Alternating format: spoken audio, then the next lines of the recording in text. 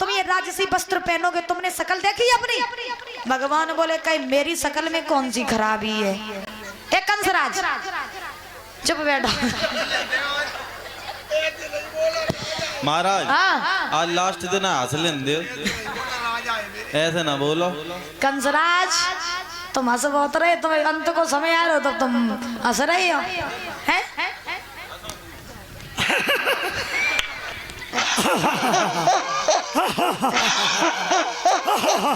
बस राखो बस राखो बस राखो।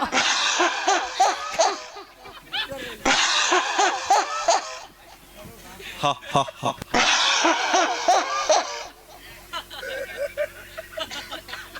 ज्यादा हंसो कंसराज, तुम्हें सांस अटक जाइए। तुम हंसत बहुत बढ़िया हो। तो महाराज आज धोबी जो था वो कन्हैया से अब शब्द कहने लगा। जब धोबी ने भगवान कन्हैया से अब शब्द कहे तो भगवान कन्हैया ने जवाब दिया, धोबी मैं तुझसे सीधी तरीके से बात कर रहा हूँ, लेकिन तू मुझसे अब शब्द कह रहा है। उसी समय आज महाराज भगवान को क्रोध आ गया, और बुजुर्गों जब भगवान को क्रोध आया तब भगवान ने अपनी दो उंगलियों से धोबी के तमाचा मारा, और जो तमाचा धोबी के मारो सोई महाराज आज धोबी के प्राण पखेरु उड़ गए। ये वही धोबी था जिसके कारण त्रेता युग में मैया सीता का वनवास हुआ था। ये वही धोबी था।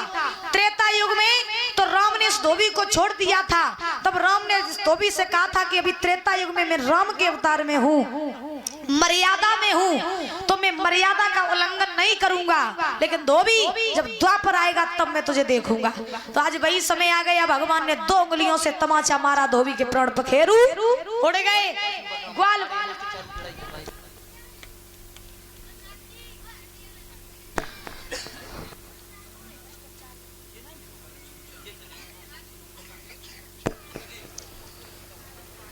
आज उसी समय श्री सुखदेव जी समझा रहे हैं, राजन परीक्षित ग्वाल वालों ने वस्त्र पहने आगे बढ़े। जब आगे बढ़े तो उसी समय कंसराज तुम बहुत हंस रहे हो। कंसराज चुप बैठो, राजा और राजा की नहीं बैठो, दूल्हा की नहीं सरव्या कह रहे नेक टेल ले महाराज, आज अंतिम दिन है कथा का। आज अंतिम दिन नहीं है, कल है अंतिम दिन। आज इनको है अंतिम दिन कथा। इन्हीं को बताए रे हम, इन्हीं की आज कथा है ना। इनकी तो कथा है, इनकी तो है कथा। तुम शांत बैठो ठीक है। बोले गोविंद भगवान की। तो परीक्षित महाराज उसी समय आज सारे ग्वाल वालों ने वस्त्र पहने आगे बढ़े। भगवान जब आगे बढ़े तो भगवान ने देखा कि तीन जगह से टेढ़ी एक कुबड़ी चली आ रही है, नाम है कुब्जा, हाथ में चंदन का कटोरा है। भगवान ने आवाज लगाई, ए सुंदरी जरा मेरे पास में आओ। तो कुब्जा इतनी क्रूप थी कि उसको रूप को देख करके लोग दूर भागते थे, लेकिन भगवान ने उसको सुंदरी कहकर के संबोधित किया, क्योंकि भगवान कभी तन नहीं देखते बल्कि भगवान हमेशा मन देखते हैं। जिसका मन सुंदर उसकी सारी दुनिया सुंदर, और जिसका मन नहीं सुंदर उसकी दुनिया भी सुंदर कभी नहीं होती है। ध्यान रखना, भगवान हमेशा मन देखते हैं, भगवान हमेशा तुम्हारी आत्मा देखते हैं, भगवान कभी तुम्हारा तन नहीं देखते हैं। तो आज भगवान ने आवाज लगाई, सुंदरी मेरे पास आओ। कुब्जा पास में आई, रोने लगी, जवाब दिया, प्रभु मैं तो इतनी कुरूप हूँ कि मुझे देख करके लोग दूर भाग जाते हैं, फिर भी आपने मुझे सुंदरी कह करके बुलाया, आप कौन हो? भगवान ने जवाब दिया, मैं कृष्ण हूँ, वृंदावन से आया हूँ। तो भगवान बोले मेरे चंदन लगा दो। कुब्जा बोली बिल्कुल प्रभु आपके चंदन लगाएंगे। तो आज कुब्जा ने चंदन लगाने के लिए हाथ बढ़ाया। जैसे ही हाथ बढ़ाया तो कुब्जा थी तीन जगह से टेढ़ी, पहुंच नहीं पा रही। तो भगवान की ऐसी लीला कि भगवान ने एक पैर उसके पैर पर रखा, एक हाथ उसकी थोड़ी से लगाया, तीन बार आवाज हुई, चट चट चट। कुब्जा इतनी सुंदर बन गई कि उसके रूप को देख करके तो देवता भी मोहित होने लगे। बोली वृंदावन बिहारी लाल की। आज आज उसी समय जब कुब्जा सुंदर बनी तो कुब्जा ने सबके चंदन लगाया। लगाने के बाद में भगवान चलने लगे। कुब्जा ने हाथ पकड़ लिया, जवाब दिया, प्रभु आप मेरे घर नहीं चलोगे? भगवान बोले मैं जरूर आऊंगा, पहले मैं मामा कंस को मार आऊं, उसके बाद में आऊंगा। कुब्जा चली गई अपने घर। भगवान आगे बढ़े, वहां पहुंचे जहां मामा कंस का धनुष यज्ञ चल रहा था। और महाराज जब धनुष यज्ञ चल रहा था तो उसी समय आज भगवान कन्हैया पहुंचे, धनुष को तोड़ा। कंस को पता चला कि कृष्ण बलराम मथुरा में आ गए हैं। तो कंस ने जवाब दिया कि हे मंत्रियों, मेरे ससुर जरासंध ने जो दहेज में मुझे कुवलिया पीड़ हाथी दिया था, उस हाथी को इतनी मदरा पिलाओ, इतनी मदरा पिलाओ कि कृष्ण बलराम जैसे ही वो हाथी उन्हें कुचल डाले। तो मंत्रियों ने शराब पिलाई हाथी को। बीच महाराज दरवाजे पर खड़ा कर दिया, फाटक पर। कृष्ण बलराम आए, जवाब दिया हाथी को हटा लो। मंत्री बोले पहले इससे युद्ध करो तब इसको हटाएंगे। बलराम बोले अगर मेरा बस चले, अगर मेरा बस चले तो मैं इस हाथी की गेंद बना करके ऐसा फेंकूं जो दोबारा ये हाथी उठ ना पाए। उसी समय महाराज आज सूंड को भगवान ने पकड़ लिया, पूंछ को बलराम ने पकड़ लिया। कुवलिया पीड़ हाथी को घुमाया, घुमा करके जमीन पर पटक दिया। हाथी के प्राण पखेरु उड़ गए, हाथी दोबारा उठ नहीं पाया। बोली वृंदावन बिहारी लाल की। हाथी के एक एक दांतों को उखाड़ा भगवान ने और बलराम ने कंधे पर रखा, आगे बढ़े। आज महाराज कंस के दो पहलवान थे, मुष्टक चारूढ़।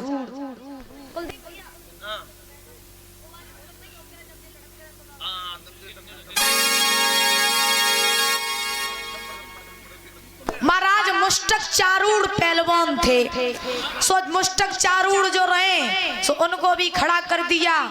और महाराज जब कंस ने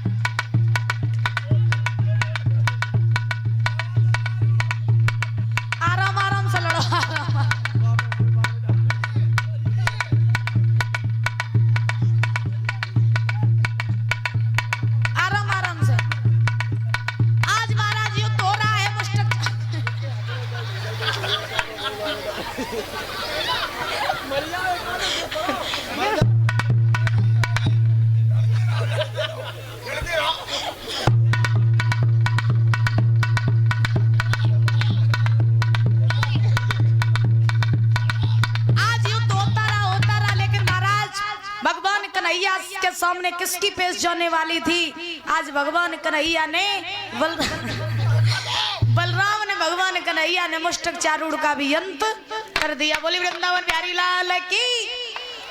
जब महाराज भगवान कन्हैया ने मुष्टक चारूढ़ का भी अंत किया, उसी समय भगवान ने सारे पहलवानों को मार दिया। मारने के बाद में अब जब कोई भी नहीं बचा, तब भगवान कन्हैया पहुंचे मामा कंस के पास में। जैसे ही भगवान कन्हैया मामा कंस के पास में पहुंचे, पहुंचने के बाद में कंस ऊंचे सिंहासन पर बैठा रहे।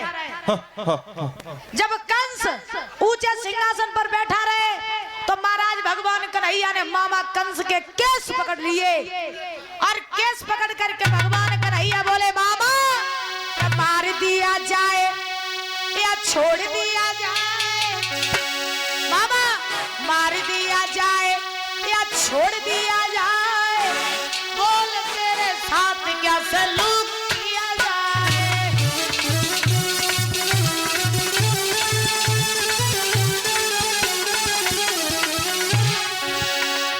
मार दिया जाए या छोड़ दिया जाए, मामा मार दिया जाए छोड़ दिया जाए, बोल तेरे साथ क्या सलूक किया जाए।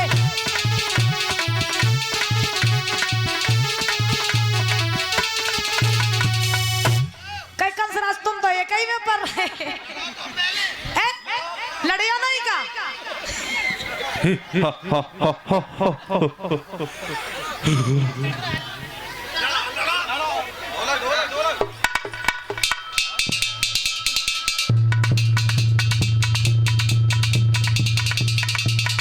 कंस के केस पकड़ करके जमीन पर पड़ गई।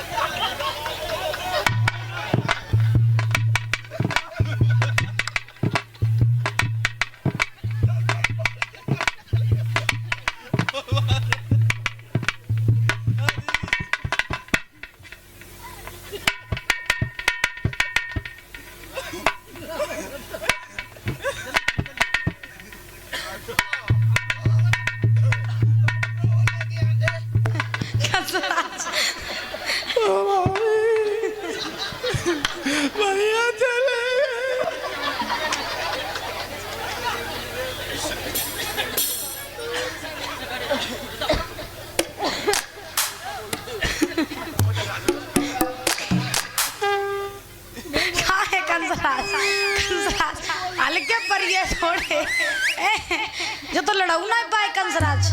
कंसराज आज भगवान कन्हैया ने मामा कंस को जमीन पर पटक दिया। पटकने के बाद में भगवान कन्हैया बोले मामा बाद दिन की याद कर जब तूने मेरी मैया देवकी के केस पकड़ के रथ से नीचे डालो हो तो रुक जा।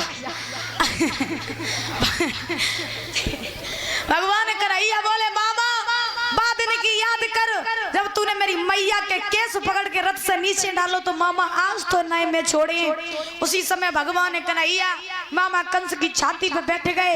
बैठ करके घूंसा मारने लगे। जो भगवान ने अपना चतुर्भुजी रूप दिखाया, नारायणी रूप दिखाया, कंस समझ गया कि ये नारायण है, इन्हीं के हाथ से आज मेरा उद्धार होगा।